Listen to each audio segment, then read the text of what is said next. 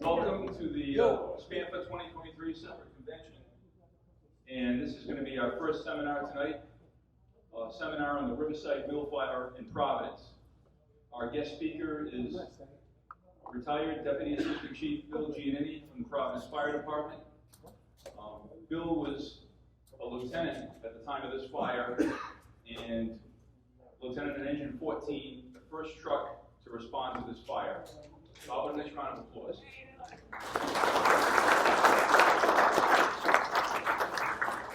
Thank you, Rich. And after you see this fire, you're going to wonder how I ever got promoted to the Iowa lieutenant.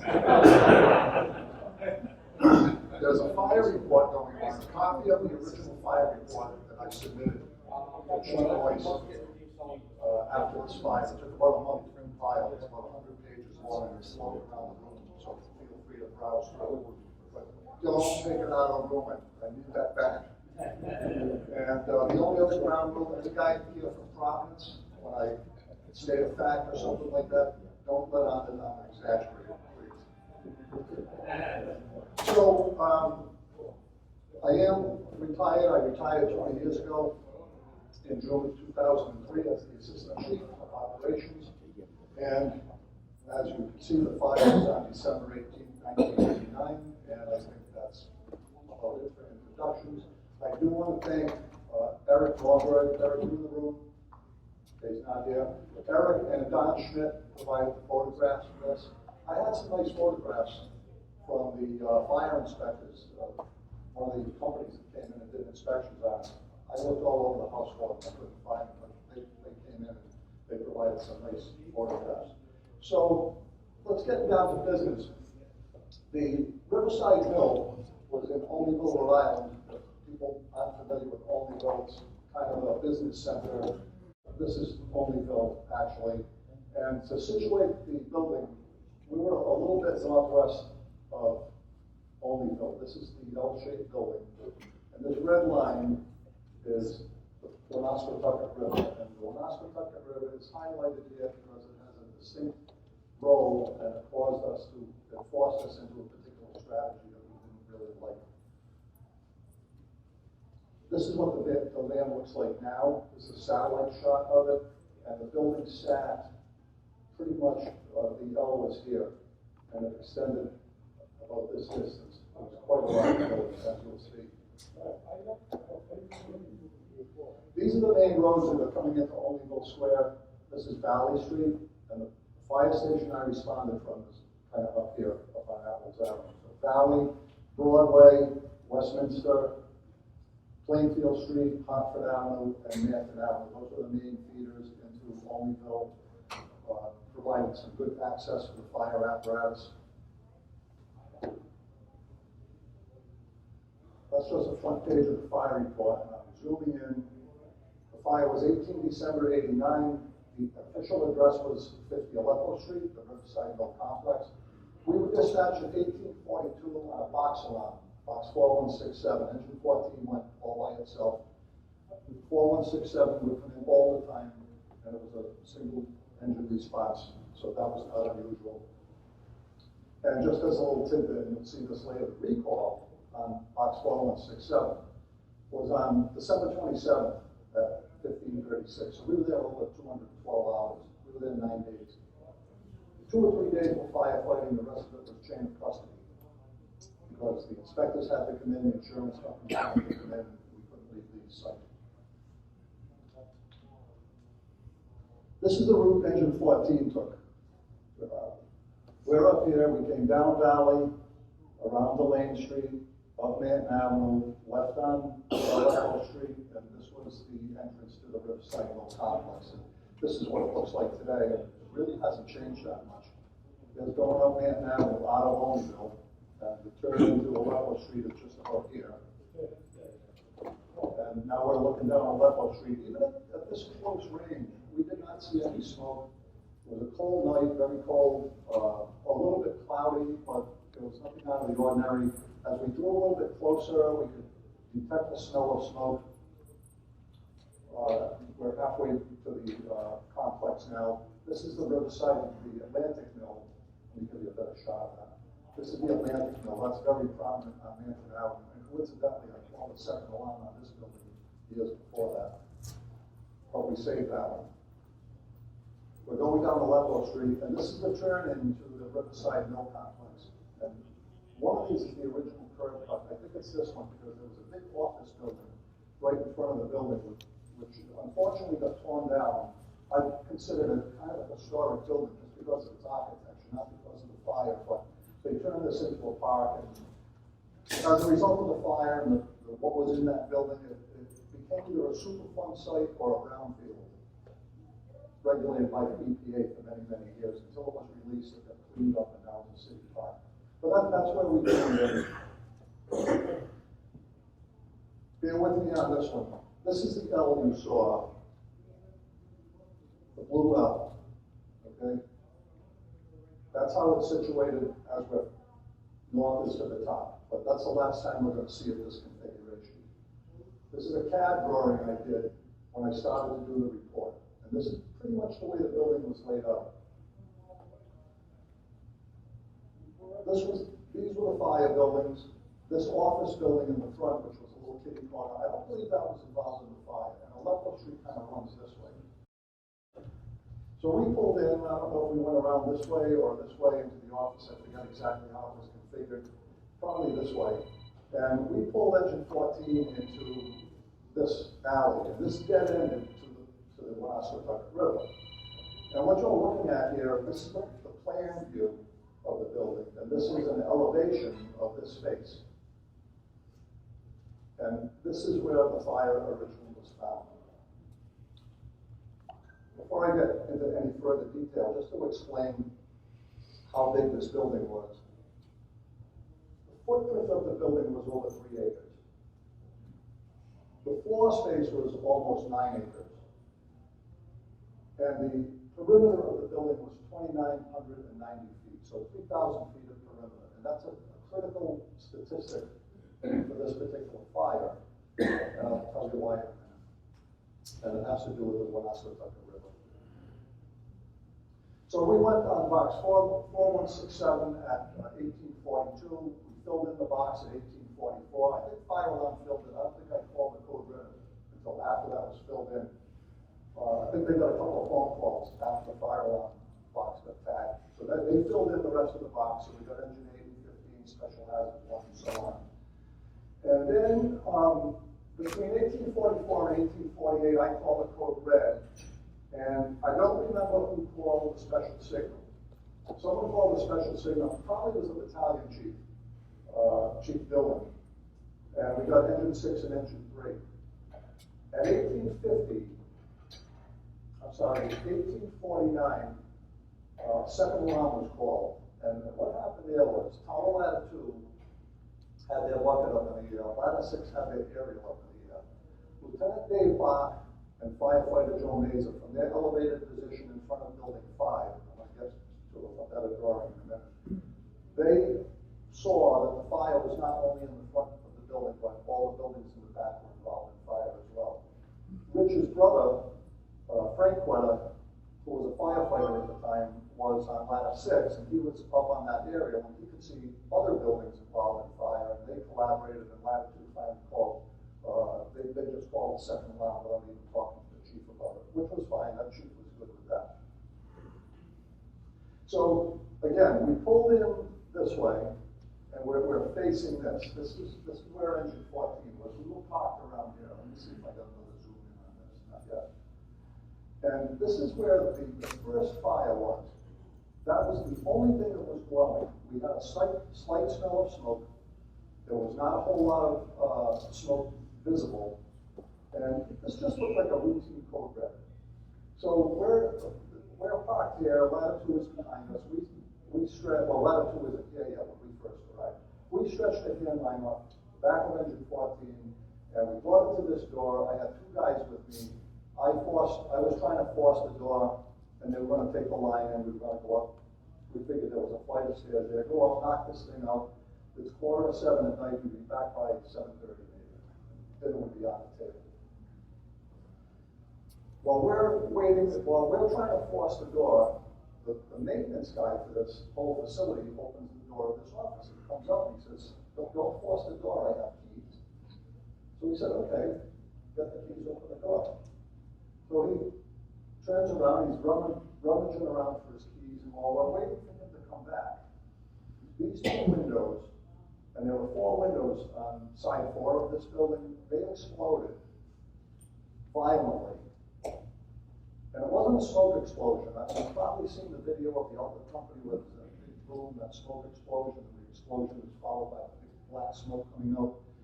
What came out of those windows was a blast of fire, and in the fire report, that's a narrative of what I saw initially.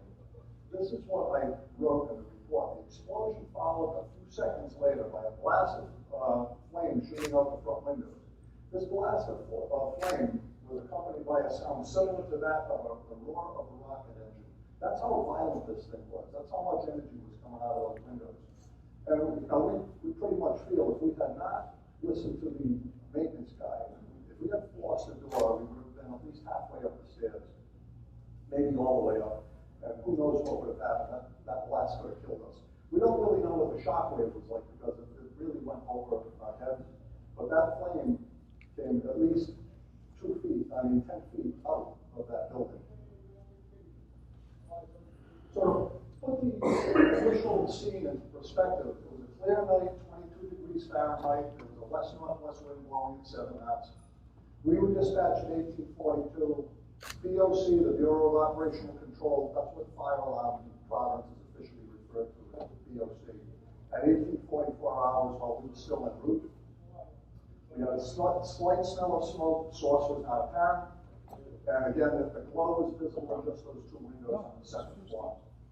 We transmitted a code red, we stretched that 200 feet of pan line, we began forcible entry, the custodian stopped us, the second floor windows blew out. By this time, the filming companies were there, they were setting up, Latitude had their tower up in the air, Lieutenant Bach called that second alarm. We did have some water flowing at this time. We had, I think, 1 master stream flowing and 4 hand lines flowing, and they were all independent. This was doing nothing. And this is, let me see if this is, next slide, I think that's it. This is how it's set up. We had a line off our truck going into the windows of building 5 on this side, and there were 3 hand lines coming off, going into the windows on this side of building 5. The big numbers are the building numbers, the little numbers are how many stories on each building. So building 5 is actually split. We got onto half of it, and we're going to pour water off the other half. So those are pretty much the first alarm numbers there. That's what it looked like initially, once those windows blew out. That explosion evidently took the roof out of building 4 behind it, and the sky lit up, and this thing just went to town.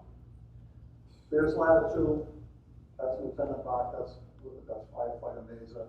They're the ones that saw, the fire in the back. There is one of our streams from engine 14, or actually we were on this route initially, but we got the stream going there. This was the second alarm company set up. Again, I did this slide so you can see what I just said. This was kind of a reminder for me, but I didn't need it. So this was the second alarm setup. Subsequent alarms. So what's happening? What you can see is, we've got a little bit of fire here, and now it's growing, and we're trying to get it here. And now we've got a stick up over here. We're going a little bit, a little west, because north is this way. We're starting to head west, and this fire is going west. And as subsequent subsequent companies come in, we're trying to contain this thing from going all the way to the end of this building. And we failed with that. This is the Woonasquatucket River. I said the perimeter of the building was 3,000 feet. The perimeter of the building, half the perimeter of the building was blocked by that river. We could not get water onto half of the building that was on fire. And that was a critical thing. That's one of the main reasons we couldn't stop this fire from going this way. If we could have gotten it from both sides, I think we might have stopped it. We could have saved these buildings. And it would not have been as a spectacular fire as it was, but as it turned out, we were prevented from doing that.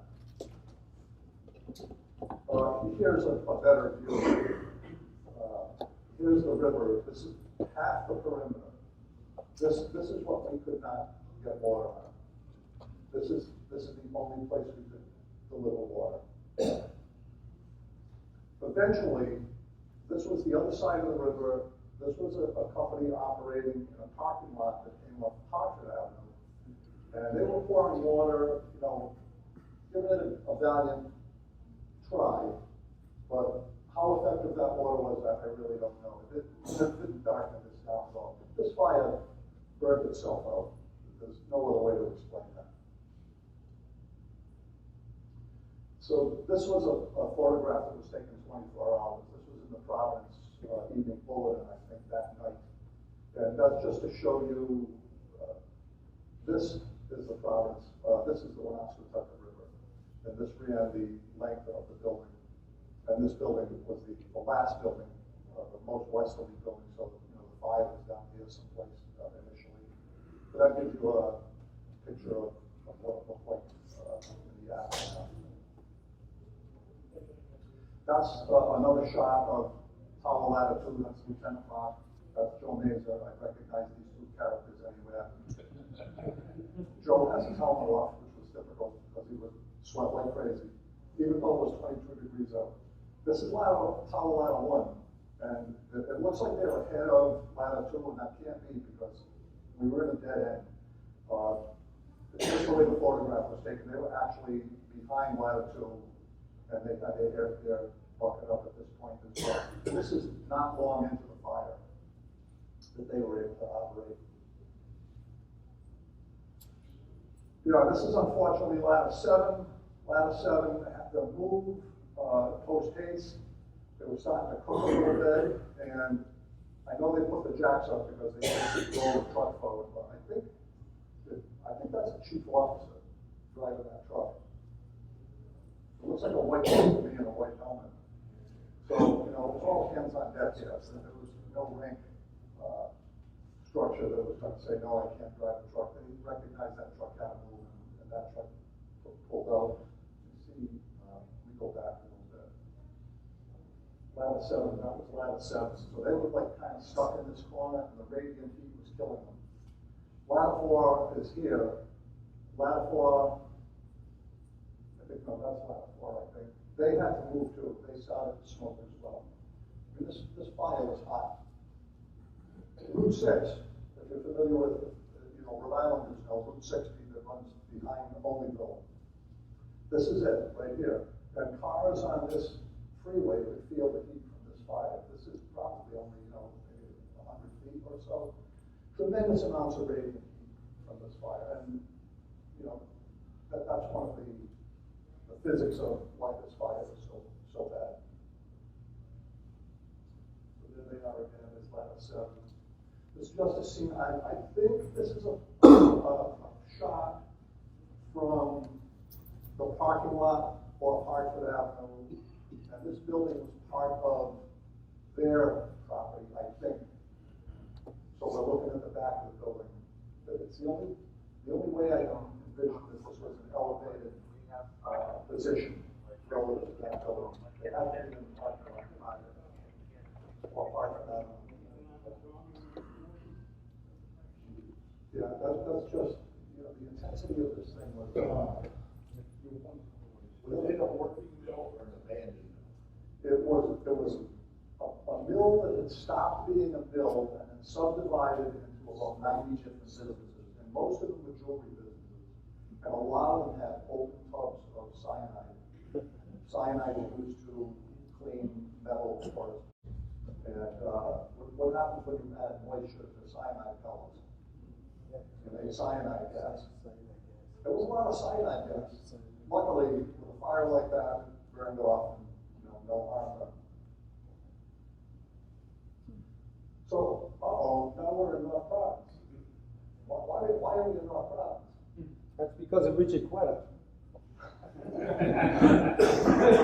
That's the headquarters building. Everybody know where that is? Everybody familiar with it? This thing is the Longview Reservoir. No, that's okay. Longview Reservoir, there's a picture of it. In 1989, that reservoir held 12 million gallons. It now holds 24 million. They doubled the size of it in the 90s. But the Longview Reservoir has the specific purpose of feeding domestic water supply in the Providence system in elevations 140 to 220 feet. The fire hydrants in those elevations and the high service fire hydrants in Providence. I don't know if you folks know, Providence has two hydrant systems. One is a high service system, one is a low service system. If you go downtown, you might see hydrants kitty corner across the street from each other. One has 3 2.5-inch ports, that's a high service hydrant. The other one has 2 2.5-inch ports and a 4.5-inch port, that's a low service hydrant. And the difference is the high service hydrants are fed from a higher elevation, they have a higher pressure. So why am I telling you this? 12 million gallons, right? We discharge 12,526,750 gallons, approximately. Now, the reservoir has two pumps that maintain head. One is on Bath Street in Providence, one is the New Connecticut pumping station. And as we draw water off that reservoir, it's automatically refilled. But if those pumps weren't there and we were drawing all our water from the Longview Reservoir at night, we would have emptied that reservoir.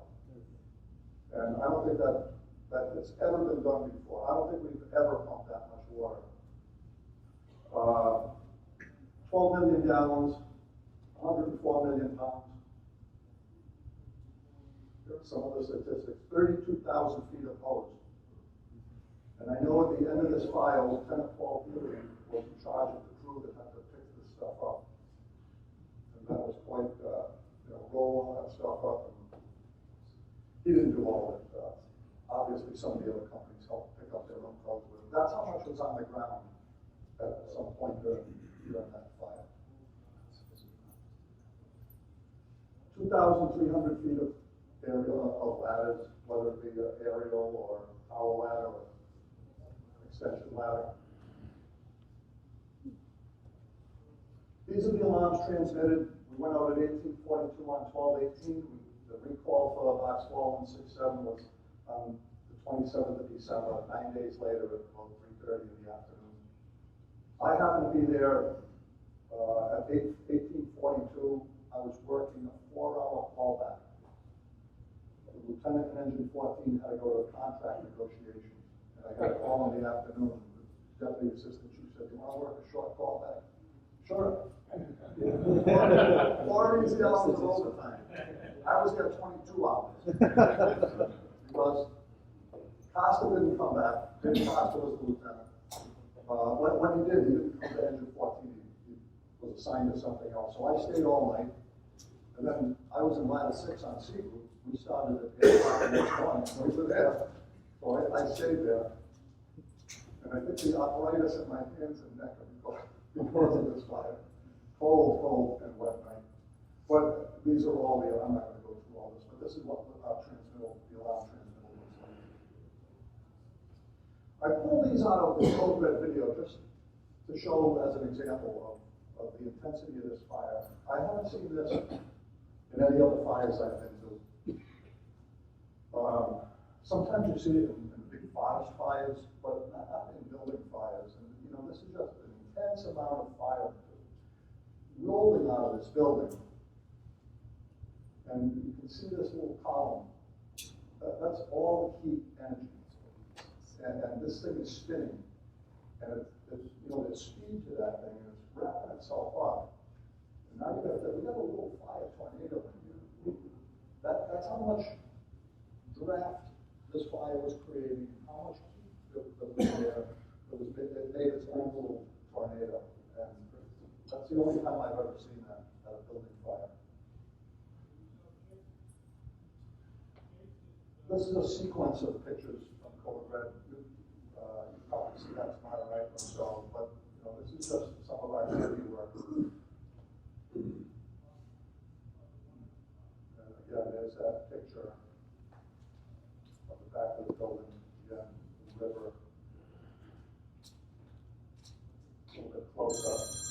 talk about this building, and this building was key to a situation in the city that night that it never got any publicity or no one talks about it. This is what the site looks like now. It's a city park. I want to go back to that key building. But no one really knows the story. That's the building that we saw there, that big building. This was a casket company. I don't know the name of it. But it was relatively close to the mill, across the street. It was 3-story brick. And from radiant heat, it caught fire. And it was really roaring. Another thing I should say, one reason we were lucky this night was the previous night it had snowed, and a lot of the buildings in the surrounding area had snow on the roof, particularly the abandoned mill. We were really concerned that members from that fire would land on the roof of the mill.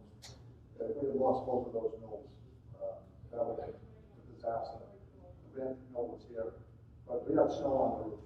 Anyway, this building caught fire, this casket company, and Battalion Chief Bob Waters and some out-of-town companies, some of ours, some out of town. I know, I think there was a North Smithfield engine, I think that's it.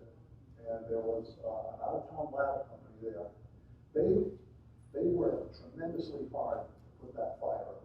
And the reason it's important that they got that fire out. This is the fire, the building I'm talking about. This is Nanton Avenue, is here. There's St. Teresa's Church. Up here is Apples Avenue. And this is all wooden 3-deckers. And if they had not put the fire out here, we would have gone to here, and to here, and to here, we would have had a real conflagration. And those guys, they did yeoman's work putting that fire out. So I don't think many people knew about that or knew how close we were to losing part of Hampton. That was going to take off of that hill, but this is an uphill thing.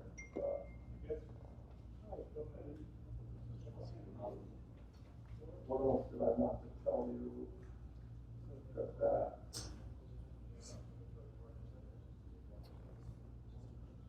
Questions? What were you guys using for your homes at that time? 2.5 and 3 inch. Okay, so not all the age. No, not at that time. All our engine companies had one load of 2.5, one load of 3 inch, 550 feet each. Yeah. Automatic sprinkler systems, I think these buildings at one time were fully sprinklered. Yeah. What was the status of the sprinkler system? Was it operational? Turned off. Turned off. The main was turned off. One of the chief's aides eventually worked his way into the building, found the sprinkler room, determined it was actually turned off, and notified the fire prevention people and the arson people right away. This thing did go to a grand jury. I don't remember the outcome. They did make an arrest on it. Yeah. What was your rating on your engine company at that time? Most engine companies, that was probably under winter minimum manning. Most of the engine companies probably initial response at 4, and the ladders as well. Outlying companies had 3, but the busier companies had 4. If we were minimum manning, I don't remember that, but I would guess that was winter minimum manning. What was the total number of companies? Total number of companies, I go back, anybody got the page and look at all the companies? Probably 30, 40, including the mutual aid that came in and did stand by at our stations. Actually on the scene, probably 25 or so. Oh, mutual aid from Yes. Yeah. Yeah. I was wondering, the whole history of these types of fires, it's the outcomes are always obvious from the onset. At what point can you just say goodbye, cover exposures, and forget about it because you know it's going to be a loser? Yeah, we weren't deluding ourselves to think we were going to put this thing out and save the building. That wasn't going on. We were just trying to keep it cooler than, But you kept going more and more Oh, yeah. companies and more lines laid, all the. Yeah. we have to put water on it, yeah. What's the nature of the construction supposed to be? Yeah, heavy timber. And Heavy timber with fire cuts, but as you can see, the heat of the building destroyed any water that was in the what, was it a textile mill before? Yeah, So all that wood was been soaked with Oil reservoir. oil residue? probably, yeah, certainly, yeah. I worked in that building back in the seventies, for one of the jewelry companies that were in there. Yeah, And we had a plating shop, so we had the cyanide, the trichloroethylene, all of the other chemicals. And, you know, back in the seventies, before all the EPA requirements, all of the plating shops in there, they just had drains going out of the side of the building from the, you know, from the plating. oh, yeah. And the other thing, the floors in that building were probably 1.5 to 1.75 inches thick. But those We took care of those. those floors were probably each, I mean, it was about 12-foot ceilings Yeah. at least. in Yeah. those floors. And they were wide open, and even though there were fire doors, with all the businesses that moved in there all the time, and they would occupy one space to the next, so a lot of the fire stops had been, you know, were inoperative, you know, the fire doors had been closed, you know, pushed open and you know, locked in place. And the stairways were just wide open all the place. We've been in the building many times. Yeah. But it was, I mean, we had a couple of fires, and, we had buckets of water around the place, because the first word was don't call the fire department. Well, because everybody was, you know, because of the avoidance of all the rules, you know, that all these countries. Were there any injuries or anything to the firefighters? Some, very minor. Exposure or possibly cold? No, no bruises. Nobody was hospitalized, everybody came back to work. Security guard was close, this was going on. Any apparatus knocked out, sir? No, not that I recall. The security guard was cool, this was going on. I think he was the one that was arrested.